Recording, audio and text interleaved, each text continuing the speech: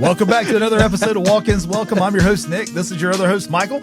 We're always here to help you grow your clinic through digital marketing services. And it's our goal to help you triple your patient through exceptional patient experience, awesome work, all the things. I'm totally derailed right now because of something Michael told me before we started based on a former team member. And then I laughed, and I apologize for popping your speakers just now, but I think we're okay. So this episode I'm developing as we speak, but is about jury duty. Jury duty. Well, really about the experience I had at jury duty and the things that it taught me. Okay. And I stuck, because at the end of the day, I don't know, raise your hand because I can't see it. Who's been to jury duty before? Have you been? No. Never been. Okay. I've never been selected. Knock on wood. Where's some wood? There's not much wood around here, so you might get selected next week. Anyway, and so I did the whole jury duty thing. I was put on a case. We mistrialed because we couldn't come to a unanimous decision. But it meant I sat in a courtroom for 2.5 days. And it was painful, interesting, eye-opening, sad. I mean, it was all the emotions all in one thing, because the only thing that connected all of us was our physical home address. Outside of that, we were all completely different backgrounds, every which way, but we all found the same jurisdiction division to be called on, and we all sat there for a long time. But to kind of walk you through the jury duty and why I brought this up as an episode was there were many, many moments of frustration from everybody in the room going through this process.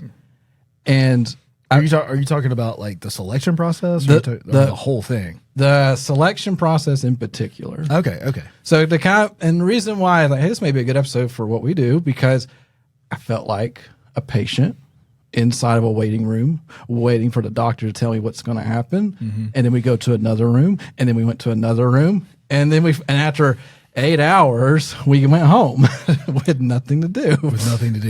So come back tomorrow. We'll tell you something else. But what was the reason why I bring that up? So a couple of things. One, hey, be there by 8:30. Show up at 8:15. There are also 200 other people there showing up. So we get there at 8:30. They don't do anything until 9:30. And then they come on the mic. All right, this is what we're going to do, blah, blah, blah. We'll check back. Nothing for 30 minutes. Mm. And so we're all sitting there like, this is getting stupid. One of the judges comes up, and he's great. I have to say, I don't know what it is, but judges are hilarious. I realize they're elected officials, and so that personality, that charm comes out strong, and they are funny. But that's fun. It really, they're little comedians. It's fantastic, and they don't take crap. And they're judges too, so when somebody said like nope, they don't even question it. Anyway, so a judge comes out. He's like, all right, I'm Judge so-and-so. I got to do a couple of things. And he starts going through the process like, okay, here we go. And then he comes up to the, all right, I got to rule some people out. Here's some things. And we start going through this list and start knocking people off left and right. And so I'm still sitting there. And now it's about 11:30. And then I said, okay, if you're still here, we're waiting on your judge. I'm like, okay, come back at 1:30. He's like, oh, okay, I got some time. Was that, a lunch break or something? That was their lunch break. Oh, okay, so you just leave and then come back at 1:30. Here's the other part. There was no check-in. Like you said, they didn't even ask for your ID. No ID. I forgot my little piece of paper. He said, here, just go fill out a new one. I'm like, I could be anybody. I could have just sent a coworker. They wouldn't have known. Right? I'm glad you didn't send me. Thank you. That would have been pretty funny. It would have been. You would have gotten out probably. Hey, why, Michael? Would I have gotten out? You're more outspoken than I am. It's true. Anyway, so they go through this whole thing, and then I come back at 1:30. We sit again till 3:00 for an hour and a half. Nobody shows up. Then at 3:00, somebody shows up, and they say, all right, here are the names. And they name off a bunch of names, and they almost get to my name. And like they got, by the way, if your last name is lower in the alphabet, you're probably going to get out pretty quick. Mine's not, Ray. So they get to the R's. I'm like, oh, come on. And they call like 3 names before mine. All y'all can leave. I was like, crap. So I'm sitting there. Just missed it. Yeah. So I'm there at 3:30. So 4:00 rolls around. All right, here's the next set. You do have a case, or you may have a case. And we go up and we go and sit again. So what does that mean?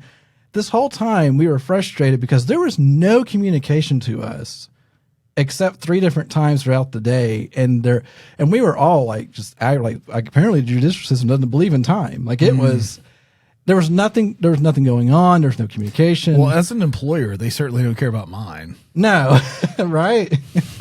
And so we have to be there, like legally, from my understanding at least. Although the judge did say there were like close to 100 people that were not there, which was interesting. No, you have to show for jury duty. Yeah, they're going to send something after you at some point. Mm-hmm. Anyway, but first, why is this important? Why am I bringing this up? Communicate to your waiting room. Mm-hmm. Communicate to your patients. Don't give best case scenarios on when to show up. Don't, if they have an appointment, try to honor it. It's the simple things. Like it's just, if they could have just said, all right, this is what's going to happen next, and this is what we want you guys to do. Here's the expectation. Well, that would have reset everything for me. Right. Right? But the whole time, my expectation was I show up at 8:30, we'll get started at 8:45, and I'll know by 10 or 11 I'm doing something or not. That was my expectation. By lunch, I would know at least where I was going. And this was like a whole day of just sitting, left in the dark. Yeah, just sitting. Right. And then they finally get us up to the jury, the actual court, and then they position us in a very specific position in seating, which I was fascinated by. And then they start asking us questions as a group. And that was fascinating too, because they're just sitting there like trying to understand, like, are you biased or not? Right. But the amazing part was they weren't listening to some of the people. There was a lady there that, because they kept saying, can you speak, is English a language you can speak fluently? And this lady's like, I'm from China. I have very broken English, and I can barely understand you. Now, did she say it just like that? No. Okay, because that would have been hilarious. She was like, it was broken. Don't do it. I'm not going to do it, Michael. Stop. I was baiting you, but you didn't do it. I've learned my lessons. Yeah, don't do it. Yeah. So she's. I don't need anybody sending me letters to hello@patientcaremarketingpros.com. Exactly. So she told him at 9:30 that morning, I can't speak English well. We'll make a note of it. Not until 5 o'clock, they finally say, all right, you're out. Till 5 o'clock. Like, they weren't listening to her. No. Like, it was so obvious to us. And then another guy was, I can't hear you. He's like, I have hearing aids, and I can't hear you. And there was a lady sitting beside him that was just telling him everything they were saying. They kept him till 5 o'clock. Like, those are legitimate grievances. Like, easy. And then like the reality set in for some of these people. One guy, two people that I was just like, oh my gosh, I am so lucky. One guy was he had 3 sons, and one was murdered in July. Oh Lord, that's not lucky. What are you talking about? I'm lucky. Oh, okay. All right. No. Let's phrase that correctly. As my life It made you feel lucky. Yeah, as the life that I have, I'm very blessed. We're gonna say blessed. There you go, because this is our podcast, and we can say that. Yeah, we're very blessed. And Merry so, Christmas. I had 3 sons. One was murdered in July, and we're still in case. Right. He told them that like 4 different times, and they kept him until 5 o'clock, and they got rid of him. And I'm like, what? Why is this so hard? And then the other lady cracked me up. She was, the first thing was like, hey, I have narcolepsy. I may fall asleep in the middle of the court. Just to let you guys know. Okay. I'm keeping that one. That may have been their thought. Who knows? But then it came back around. Do you have any past court cases that you've been on trial for or whatever? She said, hey, yeah, my boyfriend broke into my house and I shot him. Same person. And they did get rid of her. So she fell asleep while she was doing it. No. Did she accidentally shoot him because she was polishing her gun? Fell asleep, pulled the trigger, shot her boyfriend. And woke up. He broke in. Yeah, there you go. I mean, it's his fault. Anyway, so all that being she said, fell asleep. Sorry, I'm done.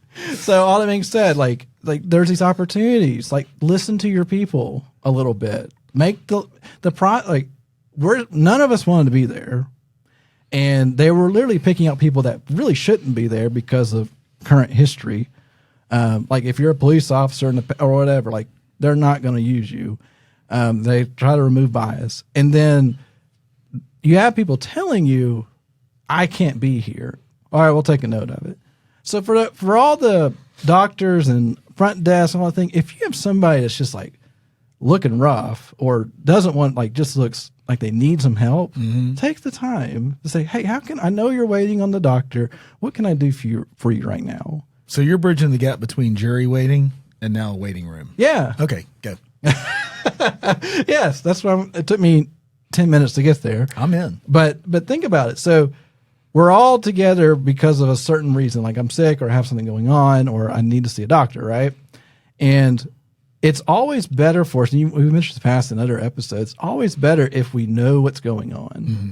Like if you can just tell me there are 12 patients in front of me, if you can just tell me that. Ooh, that's good. Right? We're just talking about like communicating to it's like a restaurant, front of house and back of house. Yeah. Hey, we're on a waiting list. Like I love it when I wish restaurants would do this. They hand you the buzzer, right? Yeah. Why won't the buzzer have a time or like number in front of you? I don't know. Like when it gets literally when it gets down to 1, walk up to the front because you only got one person in front of you. Honestly, just having a background in the restaurant business, they don't do it because it's based on the size of your party. That's true. Right? That's interesting. Yeah. I mean, if you came up first, but you have 20 people in your party, you're not getting sat first. Yeah. I don't care what you do. Yeah, okay. But the thing about so like Michael just goes, shut up. You're right. You ruined my analogy. It was going to be so good. I'm sorry. But we'll take that to the doctor side. Generally speaking, a patient's a patient, right? Like that's going to be the same. That's probably the same, except for an emergency room. But that's a different story. Yeah. But if you had a ticker, I feel like I got a story. I knew it. I knew one would show up. You go first, though. I knew one would show up. So if they had like a ticker in the waiting room of your urgent care, right, and it had the number of patients currently in line, 12. When you walk in, like, okay, so I'm probably 12 behind, like 12 in front of me, something, and you see the number go down, or they give you a number, say your number, whatever, and it goes in sequence, right? I mean, it would make sense to me. The DMVs in Pelham, anyway. Oh, yeah. They have started doing that in Shelby County. Really? Oh, it's fantastic. You walk in, and they have a kiosk. You register, and then you go sit your butt down, and there's no lines. There's chairs in a waiting room, and then on the screen it says, Nick, number 237. Please come to window 7. And I'm like, yes, I'll sit here all day if you do that. Yeah, at least I know where I stand. It's like a TJ Maxx version almost. I've never been in one. I'm sure that's awesome, but I have no idea. So TJ Maxx, they make it, you don't get to sit down or anything, but you go to the checkout line, and you just stand there, and then when the register's ready, it pops as depleted, go to register 4, and you walk to register. Oh, I like that. Yeah, so. Yeah. It's pretty good. Or the parking space in the garage.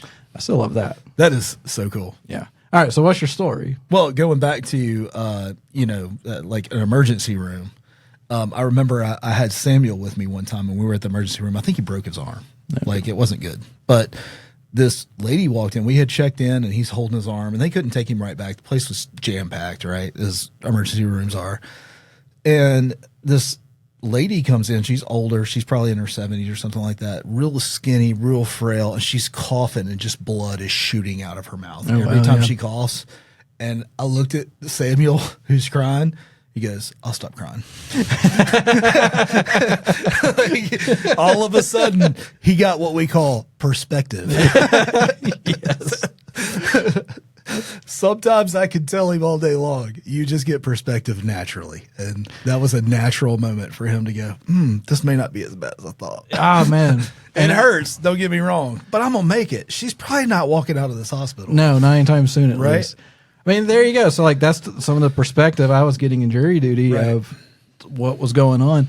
And anyway, so just some things to think about from like a pure waiting room standpoint. And so now the other side of jury duty that I'm trying to connect the dots to is the judge itself. Right. So we are technically, I realized at the end of it, as jury, we were technically the customers of the judge. That's interesting. That's an interesting concept. Flesh that out. So the reason why I say that is because he can't have his case without us.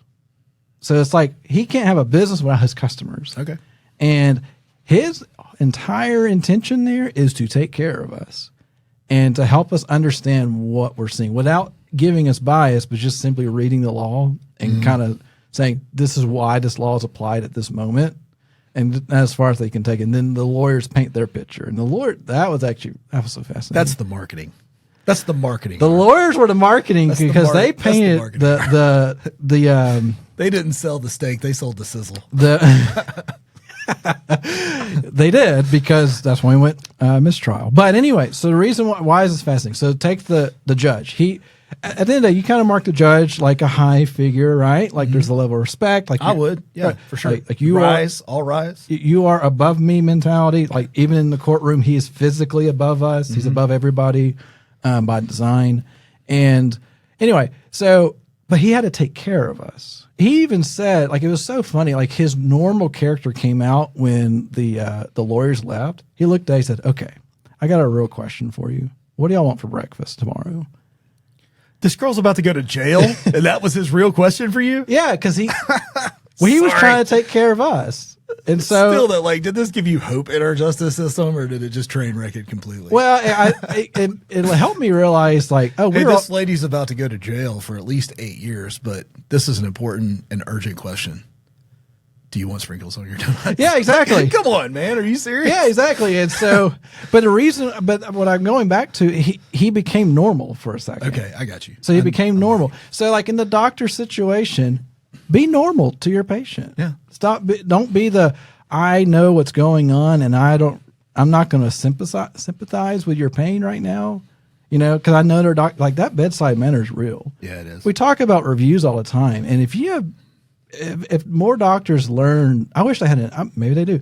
I wish they had an entire course on bedside manners for doctors, because there's some that are amazing at it, and then there are some that are horrible at it. And you could argue the ones that are bad at it are probably fantastic doctors. Patch Adams, man. Oh yeah, exactly. Yeah. And so, but then you have, at the end of the day, a bad review becomes, it was just, I felt like he didn't want me to be there, that type of thing. So, I've seen a few of those come in this week.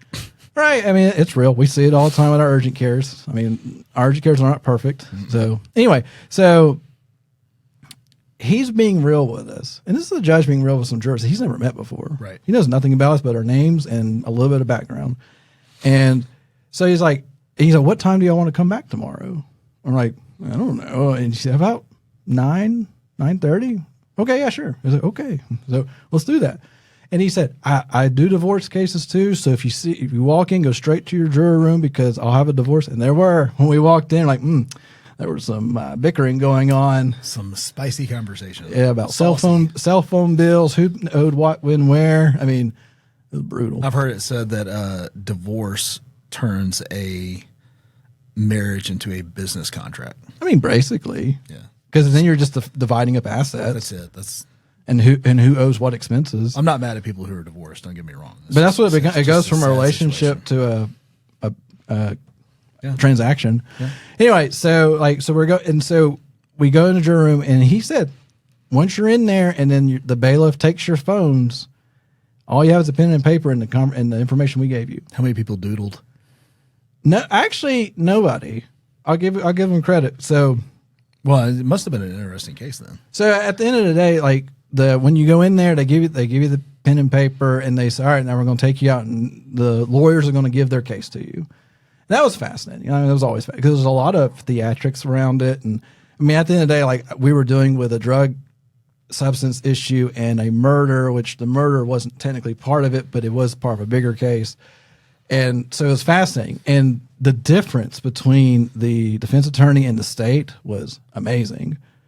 But for different, so the state was like super theatrical. And they're the ones that screwed up, right? They did. Yeah. This is the fascinating part. This is what you got to make sure you don't do. The drama. they assumed they were going to win. So they did. They thought it was a shoe-in. The way they kept saying, the lawyer kept saying, this will be a very quick trial. You'd probably be out here by Tuesday, maybe Wednesday at the latest.